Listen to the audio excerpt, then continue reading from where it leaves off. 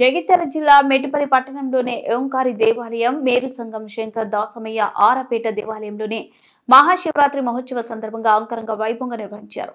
ఈ సందర్భంగా పూజారులు భక్తులు మాట్లాడుతూ మహాశివరాత్రి పర్వదినం సందర్భంగా శివుని కొలిచిన భక్తులకు కోరిన కోరికలు తీర్చే మహాశివుని కటాక్షం ఉంటారని భక్తులు కోరుకున్నారు.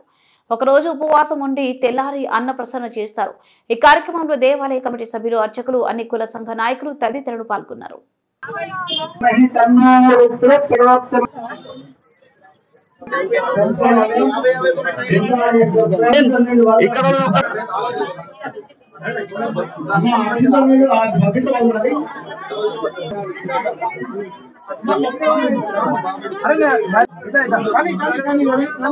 అందరికి నమస్కారం. ముందుగా మా గురువు గారికి, కామరెడ్డి గణేష్ స్వామి గారికి పేరు పేరు క్షణాల్సి, బండారు బలగాం అందరికీ క్షణాల్సి. ఈరోజు స్పెషల్గా మహాశివరాత్రి. ఈరోజు మనం ఆరపేట గ్రామంలో స్వయం శివలింగం దగ్గర ఉన్నాము. ఇక్కడ చుట్టుపక్కల గ్రామాల నుంచి జనాలు తండోపతండాలుగా వస్తారు. ఇక్కడ కోరుకున్న కోరికలు తప్పకుండా నెరవేరుస్తాయి.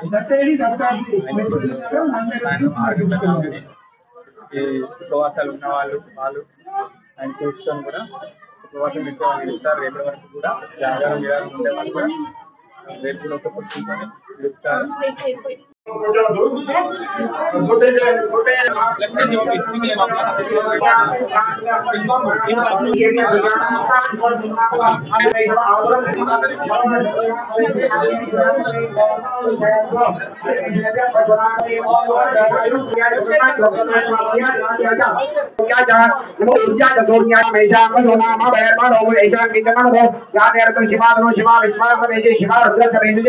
प्रयाण प्रजिमते गुणान उद्रोधमय कलेक्शन की नाम मुताबिक में पदमान मुख्यतः दुमान मुख्यतः मानवले पितृ मर्दिशा मानव लोके परियमान आने का तो रचा संकल्प पदा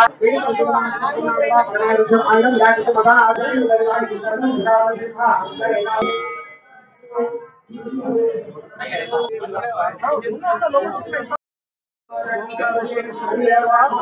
మెట్టిపల్లి పట్టణంలో అతి ప్రాచీన పురాతన శివాలయం ఉన్నది. ఇక్కడ ఉన్నటువంటి స్వామిని ఓంకారేశ్వర స్వామి అంటారు. చాలా ప్రసిద్ధి చెందింది. ఒకప్పుడు రోడ్డు నుండి చాలా ఎత్తులో ఉంటుంది.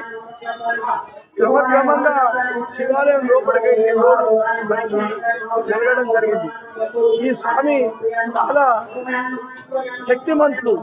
చాలా శక్తిమంతుడు. బాగా నేను గత 10 సంవత్సరం నుండి ఈ శివాలయంలో అర్చకుడుగా చేస్తున్నాను. వంశపారంపర్యంగా మేడిపల్లి వంశం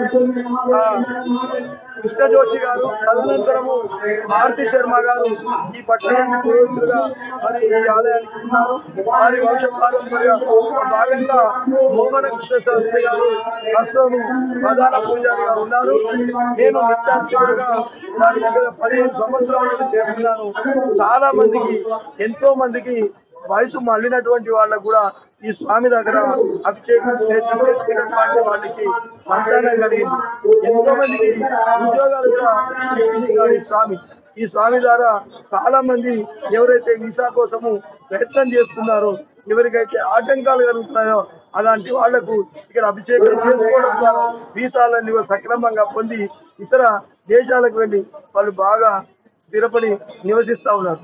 కాబట్టి అతి ప్రాచీనమైనటువంటి ఈ శివుడి